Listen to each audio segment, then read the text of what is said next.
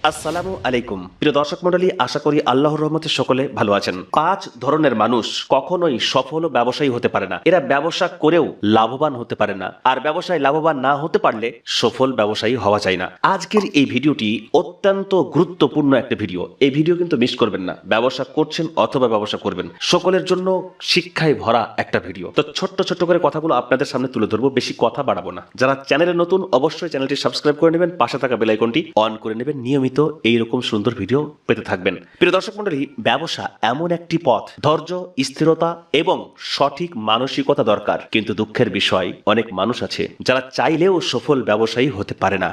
আজ আমরা এমনই 5 ধরনের মানুষের কথা বলবো যারা ব্যবসা করে লাভবান হতে পারে না। আর ভিডিওটি দেখার পর আমরা সেই রকম মানুষ থেকে বেঁচে থাকবো, আর নিজের মধ্যে যদি সেই রকম খারাপ অভ্যাসগুলো থাকে পরিবর্তন করে ফেলবো। 1 নম্বর, যারা ধৈর্য ধরে একটি ব্যবসায় স্থির থাকতে পারে না। এই রকম মানুষ সফল ব্যবসায়ী হতে পারে না, ব্যবসায় লাভ করতে পারে না। একটা ব্যবসা শুরু করলো, দেখলো ভালো চলছে না, কাস্টমার বেশি আসছে না। সে দেখলো মার্কেটে অন্য একটি দোকানে কাস্টমার ভিড় লেগে আছে, মাঝে মাঝেই কাস্টমার আসছে। সে ভাবলো, আরে সে তো ব্যবসা করছে, কত সুন্দর চলছে, তাহলে আমি যদি এই ব্যবসা না করি সেই ব্যবসা করি, তাহলে তো নিয়মিত কাস্টমার আসবে। বাস, রাতারাতি ব্যবসা পরিবর্তন করে দিল। আবার দেখলো আমার কাছে কাস্টমার আসছে না। কেন আসছে না? আপনি দেখছেন যার দোকানে নিয়মিত কাস্টমার আসছে, ভাই সে দীর্ঘদিন ব্যবসা করছে, কাস্টমারের সঙ্গে একটা সম্পর্ক তৈরি হয়েছে, তার নিয়মিত কাস্টমার কিছু আছে যারা আসছে।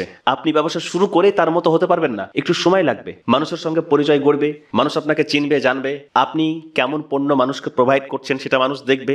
মানুষ যদি আপনাকে পছন্দ করে, আপনার প্রোডাক্ট পছন্দ করে, আপনার ব্যবহার পছন্দ করে, নিয়মিত কাস্টমার আসবে। কিন্তু শুরু করে সঙ্গে সঙ্গে এরকম হবে না। ব্যবসা শুরু করে ধৈর্য ধরে ব্যবসা চালাতে হবে। কিন্তু যদি এমন হয়ে থাকে যে আপনি ভুলবশত এমন একটা পণ্য বা এমন কিছু পণ্য বিক্রি করছেন যার মার্কেট ভালো নাই এবং ভবিষ্যৎ ভালো হবে না, 1 বছর 2 বছর চেষ্টা করলেন কিন্তু কিছুই হলো না, তখন হয়তো আপনি ব্যবসা পরিবর্তন করতে পারেন। তাই যারা হঠাৎ করে ধৈর্য না ধরে ব্যবসায় স্থির না থেকে শুধু পরিবর্তন করে, তারা কখনো লাভবান হতে পারবে না, শুধু লস করবে, আবার ব্যবসা শুরু করবে, আবার লস করবে।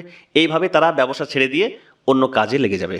2 নম্বর, যারা পরিকল্পনা ছাড়া ব্যবসা করে। এই দিক সেই দিক কিছু কাজ করে টাকা জমিয়েছি, বা বাবার কিছু টাকা ছিল আমাকে দিয়েছে, কি করব, ঠিক আছে একটা ব্যবসা করি। কি ব্যবসা করা যায়? কোনো পরিকল্পনা নাই। একটু মনে আসলো, হ্যাঁ এই ব্যবসাটা করি, বাস ব্যবসা শুরু করে দিল। ব্যবসা শুরু করে দেখছে, আরে আমি তো যে ব্যবসা শুরু করলাম এ তো ভুল করে ফেলেছি। মানে কোনো পরিকল্পনা নাই, ব্যবসা শুরু করে ফেলেছে। এবার যে সমস্ত পণ্য ক্রয় করে নিয়ে এসেছে তা তো এখন লস হয়ে যাবে, কারণ ব্যবসা না চললে সেই পণ্যগুলো তো নষ্ট হয়ে যাবে। এমন সব জায়গা থেকে পণ্য নিয়ে এসেছে, হোলসেল রেট ঠিকঠাক দেয়নি, রেট বেশি ধরেছে, সেই জন্য মার্কেটেও সে কম দামে দিতে পারছে না। অনেক সমস্যার সম্মুখীন হয়ে বিপদে পড়ে যায়। যে সমস্ত পুঁজি কাছে ছিল সব লাগিয়ে দিয়েছে, এখন নতুন পুঁজি লাগিয়ে আবার ব্যবসাকে কন্টিনিউ করা তার জন্য কষ্টকর হয়ে যায়। তো যারা হঠকারী সিদ্ধান্ত নেয়, মানে কোনো রকমের পরিকল্পনা নেই, কোনো রকমের ব্যবসা সম্পর্কে জানাশোনা নেই, রিসার্চ করা নেই, ব্যবসা শুরু করে দিল, এরা কিন্তু কখনো সফল হতে পারবে না। ব্যবসায় নামে কিন্তু বাজারের চাহিদা, ঝুঁকি সম্পর্কে কোনো ধারণা রাখে না। ফলে শুরুটা হয় আবেগ দিয়ে, কিন্তু শেষটা হয় ক্ষতি দিয়ে। এরপরে ব্যবসা সম্পর্কে তার মধ্যে খারাপ ধারণা চলে আসে যে ব্যবসা আমার দ্বারাই হবে না। কিন্তু ব্যবসা হবে, সে ব্যবসা সঠিকভাবে করতে পারেনি। কোথা থেকে পণ্য নিয়ে আসবো, কম দামে কোথায় পাবো, কোথায় ভালো পণ্য পাবো, দোকানের ডেকোরেশন কেমন হবে, কোন জায়গায় দোকানটা তৈরি করতে হবে, কাস্টমারের সঙ্গে কেমন ব্যবহার করতে হবে, এই পণ্যের চাহিদা আছে কিনা, এই সমস্ত কিছু গবেষণা করার পর ব্যবসা করতে হবে। পরিকল্পনা ছাড়া ব্যবসা করলে ওই ব্যক্তি কখনো লাভবান হতে পারবে না, শুধু ক্ষতি করে বসে থাকবে।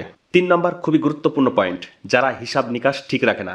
এই পয়েন্ট আমি ভিডিওর মধ্যে একাধিকবার আলোচনা করেছি, বিভিন্ন ভিডিওর মধ্যে। এটাকে আবার নিয়ে আসছি কারণ এটা খুবই গুরুত্বপূর্ণ একটি পয়েন্ট। ব্যবসা করলে প্রফিটের যেই অংশ আপনাকে হিসাব রাখতে হবে, কত টাকা প্রফিট হচ্ছে, কোন পণ্যে প্রফিট হলো না, সব কিছু ক্যালকুলেশন করে আপনার আসল যে পুঁজি সেটা বাদ দিয়ে ব্যবসায় লাভ কতটা হচ্ছে সেটা আপনাকে প্রতি মাসে হিসাব করতে হবে। এবং আপনি যে টাকা খরচ করছেন, হট করে ব্যবসার টাকা খরচ করা যাবে না। আপনি যে প্রফিট করেছেন, প্রফিটের একটা অংশ খরচ করবেন, আর একটা অংশ বিজনেসে রিইনভেস্ট করবেন। মানে বিজনেসকে আগে বাড়ানোর জন্য, বিজনেসের গ্রোথের জন্য সে টাকাটা আবার বিজনেসে লাগাবেন। এমন যেন না হয় আপনি বিক্রি করছেন, যে পণ্যটা বিক্রি করলেন সব টাকা আপনি অন্য কাজে খরচ করে দিলেন। এটা কিন্তু হবে না। আপনি যে পণ্য বিক্রি করছেন সব কিন্তু লাভ নয়, ওর মধ্যে আপনার পুঁজি আছে এবং কিছু লাভ আছে। লাভটা আলাদা করুন, পুঁজিটা আলাদা করুন। এই লাভের মধ্যে থেকে কিছু প্রয়োজনে খরচ করুন, কিছু ব্যবসায় লাগান, তাহলে পরে আপনি ব্যবসা টিকে কি রাখতে পারবেন, লাভবান হতে পারবেন। কিন্তু যারা হিসাব নিকাশ ঠিক রাখে না, ইচ্ছা মতো খরচ করে, আবার যখন মাল ফুরিয়ে যায় তখন আর আনতে পারে না, তখন কি হয়ে যায়, কাস্টমার ঘুরে যায়,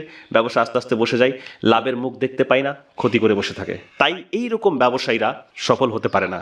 4 নম্বর, যারা পরিশ্রম করতে চায় না। ব্যবসা শুরু করেছি তার মানে কি পরিশ্রম করতে হবে? আপনি দোকান খুলে বসে রয়েছেন, কিছু মাল শেষ হয়ে গেছে, মানে কিছু পণ্য দোকানে নেই, কাস্টমার আসছে ঘুরে যাচ্ছে, আপনি অলস বসে আছেন, পরিশ্রম করতে ভালো লাগছে না, এই দুটো পণ্যের জন্য আবার যাব আনতে, এটা ভালো লাগে না। এই যে বসে থাকাটা, এটা কিন্তু একটা ভালো নয়। কারণ একবার কাস্টমার ফিরে গেলে সে পরবর্তীতে আসতে গিয়ে একটু চিন্তা করে, যাব অত দূরে, আবার যদি পণ্য না পায় আবার ঘুরে আসবো, তাহলে ওই দোকানেই যাই, এরকম একটা ব্যাপার হয়ে যায়। তাহলে যারা পরিশ্রম করে না, পণ্য ফুরিয়ে গেলে সঙ্গে সঙ্গে নিয়ে আসে না, দোকানকে সুন্দরভাবে ডেকোরেশন করে না, দোকানকে পরিষ্কার পরিচ্ছন্ন রাখে না, এই যে দোকান রিলেটেড, নিজের ব্যবসা রিলেটেড যে কাজকর্মগুলো সবসময় অ্যাক্টিভলি করা, সেগুলো করে না যারা, করতে চায় না যারা, তারা লাভবান হতে পারবে না। আস্তে আস্তে আস্তে আস্তে আস্তে কাস্টমার হারিয়ে যাবে, আর ব্যবসায়ী সে ফেল হয়ে যাবে, ক্ষতি করে বসবে।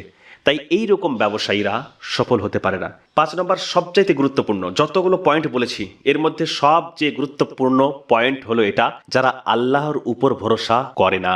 ব্যবসা করছে, আল্লাহর উপর ভরসা নাই, শুধুমাত্র টাকা টাকা, কিভাবে মানুষের কাছে লুটে নেব, কিভাবে মানুষকে ঠকাবো, কিভাবে ওজনে কম দিয়ে দেবো, এই যে নিজের একটা ক্রিয়েটিভিটিকে কাজে লাগাতে চাই, আর এমন ক্রিয়েটিভিটি যে ক্রিয়েটিভিটি দ্বারা অন্যায় করা হয়, ওজনে কম, মানুষকে খারাপ পণ্য দিয়ে দেওয়া, এই যে এইভাবে শুধুমাত্র মানুষকে ধোঁকা দিয়ে ধনী হতে চাই, আল্লাহর উপর ভরসা নেই যে আমি ব্যবসা শুরু করছি, আল্লাহ রিজিকের মালিক, আমি চেষ্টা করবো আল্লাহ দিবেন, এটা যার নাই, যে শুধু 2 নম্বরই করে টাকা উপার্জন করতে চাই, যে শুধু 2 নম্বরই করে প্রফিট করতে চাই, এরা লাভবান হতে পারবে না।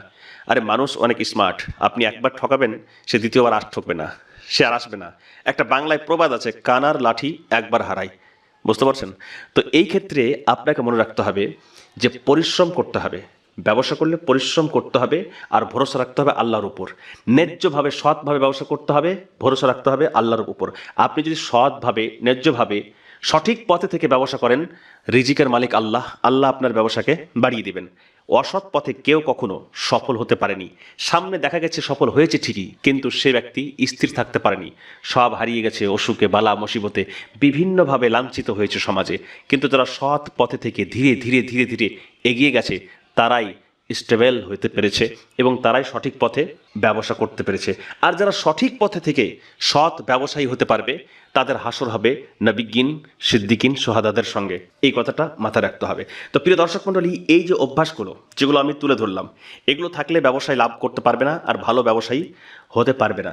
এগুলো বর্জন করে যার বিকল্প আমি আপনাদের সামনে তুলে ধরলাম, সেগুলো ফলো করতে পারলে আল্লাহর রহমতে একজন সফল ব্যবসায়ী হতে পারবেন, আর ব্যবসায় ভালো লাভবান হতে পারবেন। তো আশা করছি এই তথ্যগুলো ভালো লেগেছে। যদি ভালো লাগে তাহলে অবশ্যই লাইক করবেন, আর চ্যানেলটি সাবস্ক্রাইব করে নেবেন। কথা হবে পরবর্তী ভিডিওতে। সকলে ভালো থাকবেন। আসসালামু আলাইকুম।